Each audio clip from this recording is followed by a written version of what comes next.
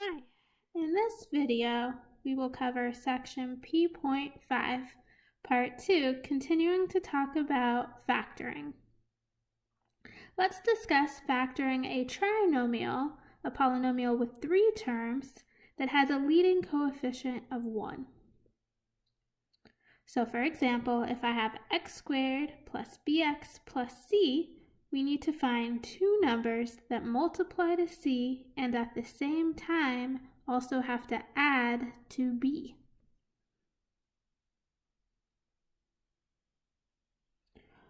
Remember, to check if you factor correctly, you can always FOIL to confirm.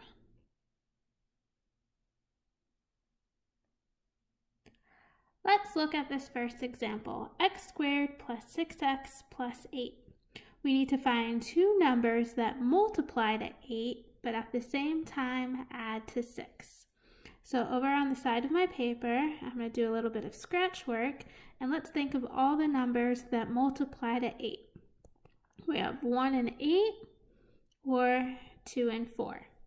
Now, which combination is going to add and give me 6? So if I add 1 and 8, I'm going to get 9, so that one doesn't work.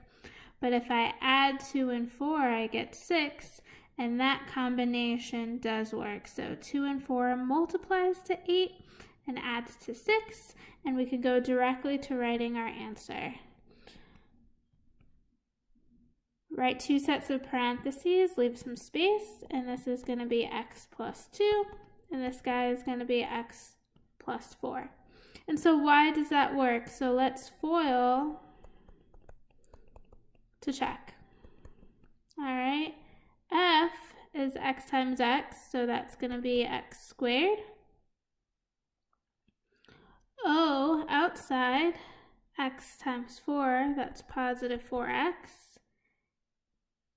Inside, I have positive 2x, and L, I have 2 times 4, that's 8.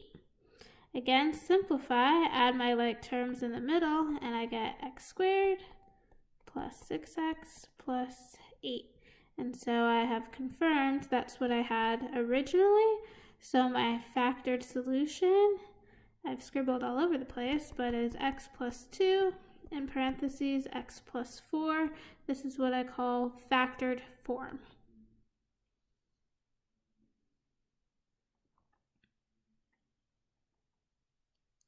Let's take a look at example 2. I have x squared plus 3x minus 18.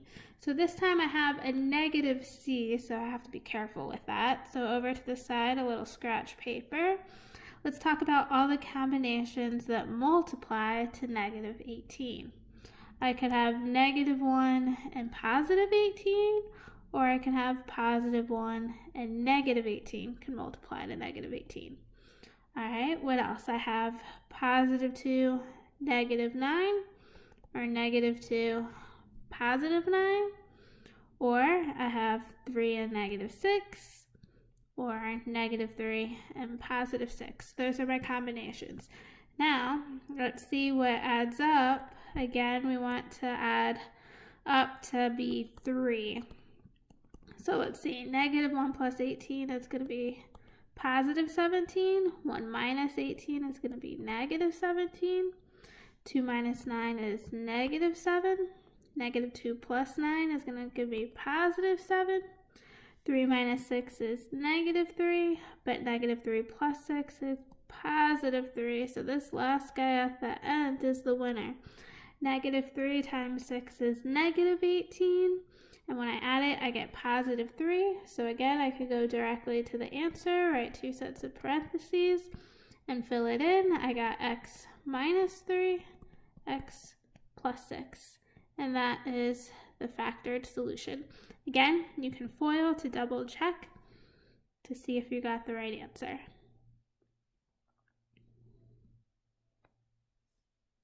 Let's take a look at one last example. X squared minus 5x plus 6. Again, I need two numbers that multiply to 6, but at the same time add to negative 5. So let's write out our combinations. 1 times 6 is positive 6, but also negative 1 times negative 6 would give me positive 6. So those are one-sided combinations. What else multiplies to 6? We have 2 and 3, or negative 2 and negative 3. Remember, we need to add up and get negative 5. So let's see what we get. 1 plus 6 is 7. Negative 1 minus 6, that would give me negative 7. So that doesn't work. 2 plus 3 is 5. However, negative 2 minus 3 gives me negative 5. So there, I just found the winner, right? Negative 2 times negative 3 multiplies to positive 6.